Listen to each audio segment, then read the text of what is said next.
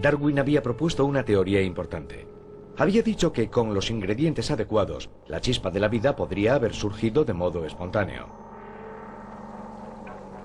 Pero en cuanto al cómo y dónde podía haber sucedido, era un misterio. Hasta la década de 1920, un dúo más bien insólito. Uno de sus miembros era el bioquímico ruso Alexander Oparin. El otro era el famoso científico británico John Haldane. Aunque no se conocían, ambos elaboraron teorías casi idénticas sobre las condiciones en las que las primeras células cobraron vida. Habría muy poco oxígeno en la atmósfera. En su lugar, habría otros gases: hidrógeno, metano y amoníaco. Esos gases se habrían combinado con el agua del mar para formar una mezcla química que Haldane denominó sopa prebiótica.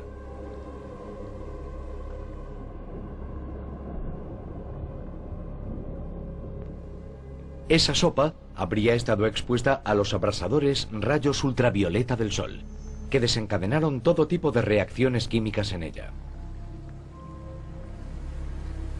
Los compuestos simples reaccionaron entre sí, transformándose en moléculas más complejas.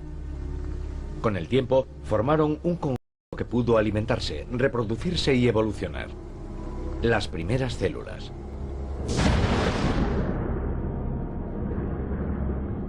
Esta descripción sobre el origen de la vida acabó conociéndose como hipótesis de Oparin-Haldane. En su época, la idea de que la vida podía haber surgido en un medio tan hostil y tóxico pareció descabellada. Pero hoy no nos parece tan ridícula. Aquí, en el lago Mono de California, las condiciones no difieren mucho de las que suponemos que podría haber en el planeta primitivo. Casi no hay oxígeno en el agua. Está caliente y burbujea por los gases sulfurosos.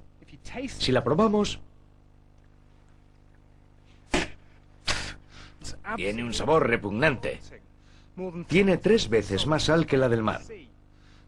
Y es muy alcalina, como el limpiacristales. Pese a ello, hay vida abundante en ella. En esta cantidad hay millones de organismos unicelulares que prosperan en estas condiciones extremas.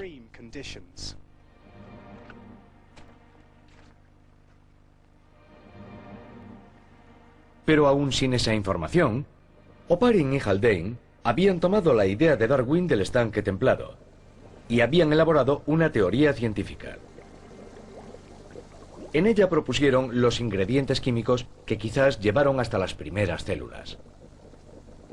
Lo que faltaba era obtener resultados experimentales que respaldasen su idea. Esa prueba surgiría casi 30 años después, de una fuente de lo más inesperado. ¿Cómo empezó la vida?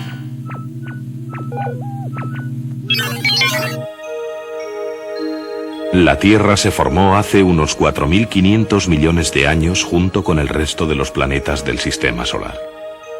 Probablemente era una masa incandescente que se fue enfriando poco a poco.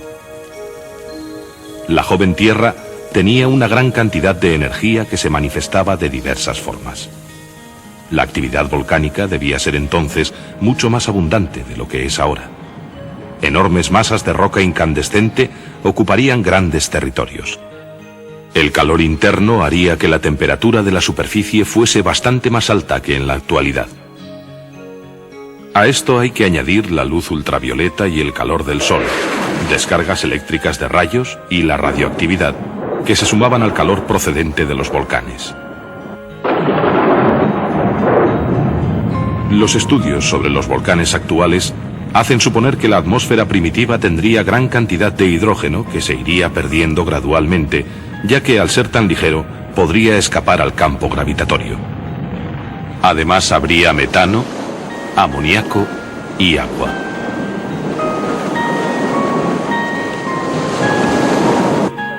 En 1924, el científico soviético Alexander Oparin lanzó la teoría de que la vida se podía haber formado a partir de esos componentes primitivos de la atmósfera sometidos a tremendas descargas eléctricas. En los océanos primitivos se formarían unos compuestos orgánicos sencillos que constituirían un medio ideal para el desarrollo de la vida.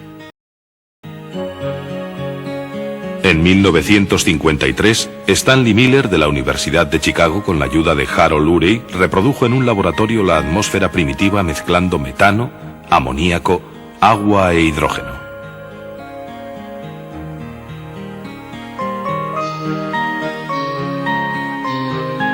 Sometió esta mezcla a una descarga eléctrica durante una semana y posteriormente comprobó que se habían formado numerosas moléculas características de los seres vivos.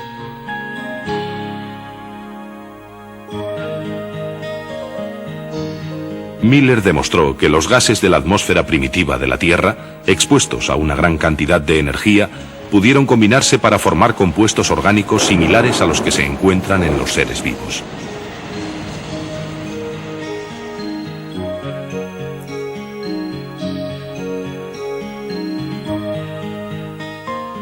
Siguiendo la teoría de Oparin, los nuevos compuestos orgánicos se pudieron mezclar para formar cadenas químicas. Con el tiempo, algunos de estos productos químicos en forma de cadena se asemejarían a las proteínas actuales.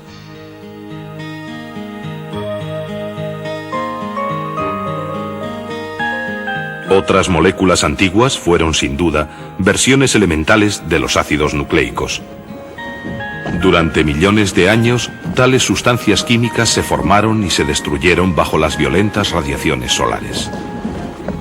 Pero a medida que pasó el tiempo, alguna de estas moléculas debió alcanzar un grado tan alto de organización que le permitió duplicarse. Estas moléculas, que probablemente eran ácidos nucleicos, en su proceso de evolución lograron incorporar proteínas a su estructura.